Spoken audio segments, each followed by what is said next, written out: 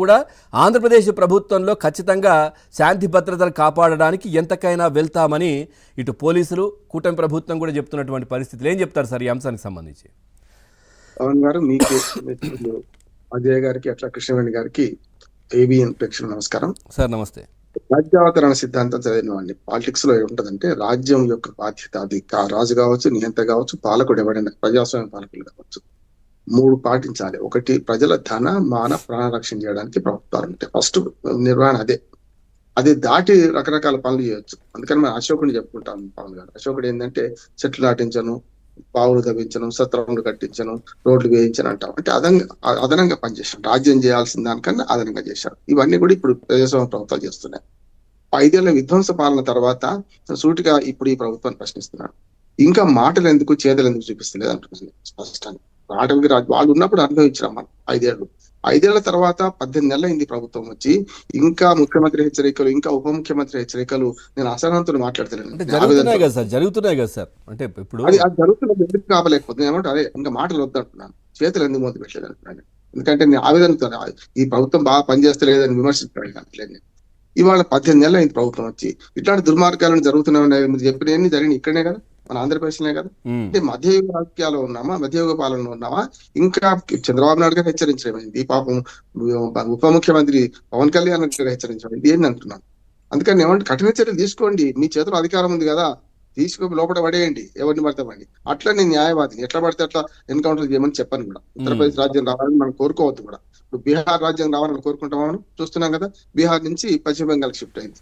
బీహార్ లో వికాస్ దుబేను చంపినప్పుడు కూడా నేను ఆర్టికల్ రాసినామండి. వికాస్ దుబేను ఒక రౌడీ ఉండేవాడు. పట్టుకున్న తర్వాత 3వ రోజు ఎన్కౌంటర్ అయితే ఎన్కౌంటర్ అయ్యింది. ఎన్కౌంటర్ ప్రోత్సహించడం కాదు కానీ చట్టపరంగా ఉన్న అవకాశాలను ఎందుకు ఉపయోగించుకుంటే మనమని నేను ఆవేదనతో ప్రశ్నిస్తాను ఈ ప్రభుత్వానికి. 18 నెలలు అయింది దుర్మార్గంగా. రేపో ఎల్లుండో ఎలక్షన్స్ వస్తే ఇట్లా ఉండవు పవన్ గారు. చూస్తున్నాం కదా. ఇప్పుడు పవన్ మా జగన్మోహన్ రెడ్డి గారు వాళ్ళ పులివెందులు తిరుగుతున్నారు, ఏదో క్రిస్మస్ వేడుకలు తిరుగుతున్నారు. ఆయన అక్కడ బెంగళూరు నుంచి వస్తున్నారు, పోతున్నారు, అరాచకం సృష్టిస్తున్నారు, వెళ్ళిపోతున్నారు. చూసాం కదా తొక్కిసలాట్లు ఏం జరిగింది, ఆయన పర్యటనలు ఏం జరుగుతుంది చూస్తున్నాం కదా. అటువంటి పర్యటనలు ఆపే ప్రయత్నంలో చూస్తే కూడా ప్రభుత్వము విఫలమైంది అంటలేదు కానీ ప్రతిసారి కూడా ఇంకా ఓపిక పట్టాల్సిన అవసరం లేదని నేను అంటున్నాను. ఎందుకు ఓపిక పడుతున్నారు ఇటువంటి వాళ్ళకి?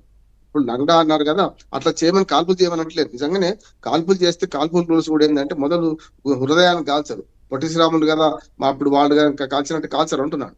ఏం చేస్తారు, మొదలు కాలికే కాలుస్తారు. కాల్పులు జరిగిన సందర్భంలో మాబును కంట్రోల్ చేయాలంటే. నిన్న కాక మనం చూసినాం కదా విశాఖపట్నంలో ఎంత సీన్ క్రియేట్ చేశారో చూసాం కదా. 75,000 మంది సభ్యత్వాలను చేర్పిస్తామని రకరకాలు చేశారు, మాకు హక్కు లేదా అన్నారు. అందుకని ఇవన్నీ జరుగుతున్నాయి ఇక్కడే కదా. ఈ ప్రభుత్వం వచ్చినాక దాన్ని ఇంకా పాత ప్రభుత్వంలో ఉన్నామా, మనం ఇప్పుడు కొత్తగా కుటుంబ ప్రభుత్వంలో ఉన్నామా అనే అనుమానం ప్రజలకు కూడా కలుగుతుంది అంటున్నాను. నేను స్పష్టంగా చెప్తున్నాను, విఫలమైంది అంటే నేను ఇవన్నీ చేయాల్సింది ఎప్పుడో కదా. ఇంకా మాటలు మేము లేస్తే మనిషిని కాదు, లేస్తే మనిషిని ఎన్ని రోజులు మాట్లాడదాం అంటున్నాను. పవన్ కళ్యాణ్ గారు నేను గట్టి వార్నింగ్ ఇచ్చాను, దాన్ని ఆహ్వానిస్తున్నాను. మొన్ననే 3 రోజుల క్రితమేమో కలెక్టర్ల 2 రోజుల సదస్సులో స్పష్టంగా ఆదేశాలు ఇచ్చారు మా చంద్రబాబు నాయుడు గారు, దాన్ని పాటించాల్సిందే. ఇప్పటికి కూడా యంత్రాంగం ఎందుకు మన చేతిలోకి వస్తలేదు? నిన్న పవన్ కళ్యాణ్ గారు ఆవేదన చూడండి. నేనేమన్నారు, ఎట్లా పడితే అట్లా మనకు నేరాలు చేస్తామని మన జగన్మోహన్ రెడ్డి మాట్లాడుతుంటే ఇక చూసేది అన్నాడు కదా. నిన్న కూడా పోస్టర్లు చూసినాం కదా పవన్ గారు, రఫా చంపేస్తా నరికేస్తామని. నిజంగా అట్లా మూగ జీవాలను నిజంగా చెప్పాలంటే అందరూ అంటారు మరి తిన్నప్పుడు ఏమైంది, ఇదేమైంది, అదేమైంది అని మాట్లాడతారు. కానీ ఇట్లా బహిరంగంగా వాటిని అందరూ చూస్తుండగా, జనాలు చూస్తుండగా నరికి చంపడము, రక్తంతో అభిషేకాలు చేయడము ఇట్లాంటివి చేయరు కదా. దానికి భయపడతారు కదా అక్కడ ఉన్న జనాలు కూడా. అసలు ఏంటి, మనం ఎక్కడున్నాం, ఆటవిక సమాజంలో ఉన్నామా, ఎక్కడున్నాం, ఏం ప్రోత్సహిస్తున్నారు జగన్మోహన్ రెడ్డి అని. అందుకనే కదా ఇప్పుడు మనుషులు చంపుతా అంటున్నారు కదా. రఫా నరికేస్తామంటే ఎవరిని? పార్టీలే కదా, అదర్ పార్టీస్నే కదా అంటున్నాను నేను. ఎందుకు ఇటువంటిది విధ్వంసం సృష్టిస్తూ, మాటల విధ్వంసం అట్లాగే చేతల విధ్వంసం సృష్టిస్తున్న వాళ్ళు ఎందుకు లోపల వస్తలేరు అంటున్నాను నేను అందరినీ కూడా. ఇంకోటి, సినిమా కాదు జీవితం కదా పవన్ గారు, ఇది సినిమా కాదు కదా. సినిమాలో పుష్ప సినిమాలో వేరు, జీవితం కదా. నేను మన పందిర్లపల్లి శ్రీనివాసాన్ని వీరప్పని పట్టుకున్న ధీరోదాత్తుడు, ఆయన వీరప్పని చంపిండు మళ్ళీ. అటువంటి వాడిని గురించి ఆర్టికల్ 4 రాసిన వాడిని, మన రాజమండ్రికి చెందిన యువకుడు ఆయన. 30 ఏళ్ల తర్వాత కూడా ఇవాళ కర్ణాటక గుర్తుంచుకుంది ఆయనను. ఇటువంటి దుర్మార్గ సినిమాలు, స్మగ్లర్ హీరోగా మారిన సినిమాలు చూస్తూ ఈ రాజకీయ పార్టీలు కూడా అది పడితే ఎట్లా? చంద్రబాబు నాయుడు గారు మొన్న పాపం ఆ మధ్యన రఫా అంటే అనలేకపోతున్నాడు ఆ మాట అనుకుంటూనే ఆ విధంగా చెప్పారు కదా, రఫా రఫా నరికేస్తామంటే వీళ్ళు ఏం చేయాలన్నారు. ఇంకా ప్రజలను అడగాల్సిన అవసరం లేదు, ప్రజలకు అందరికీ తెలుసు. ఏమన్నా చేయండి, మీరు ప్రభుత్వంలో ఉన్నా చేయండి అంటున్నారు. ఎన్కౌంటర్ చేయమని అన్నాడు కానీ ఇటువంటి సంఘ విద్రోహ పనులు చేసే వాళ్ళని ఎవరినైనా కూడా ఉపేక్షించకుండా, మొన్న హెచ్చరికలు చాలు, నష్టమేం లేదు. ఎన్నిసార్లు హెచ్చరించడం. పవన్ కళ్యాణ్ గారి మాటలు నిజం చేయండి అంటున్నాను నేను. పవన్ కళ్యాణ్ గారి మాటలు మొన్న స్పష్టంగా చెప్పిండు, మీరు గుండాయిజం చేస్తే నేను అధికారంలో లేకముందే మీకు భయపడలేదు, మీకు ఇప్పుడెందుకు భయపడతాను రా అన్నాడు కదా. అన్నాడా కానీ లేదా?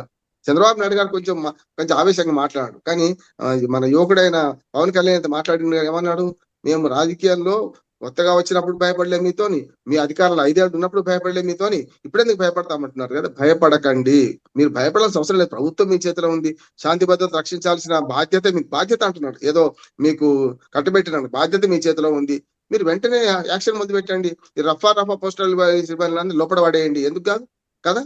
చట్టం అనుమతిస్తుంది కదా. సంఘ విద్రోహులు ఎవరైనా ప్రజల మధ్యన విద్వేషాలు సృష్టిస్తే అరెస్ట్ చేయొచ్చు. నేను లీగల్ పాయింట్ కూడా చెప్తున్నాను. బిఎన్ఎస్ సెక్షన్ ఉన్నాయి కదా, అరెస్ట్ చేసి లోపల పడేయండి, నష్టమేంది అంటున్నాను నేను. అందుకని ఇక మాటలు వద్దు దయచేసి. ఈ కుటుంబ ప్రభుత్వాన్ని విజ్ఞప్తి చేస్తున్నాను. కేంద్రంలో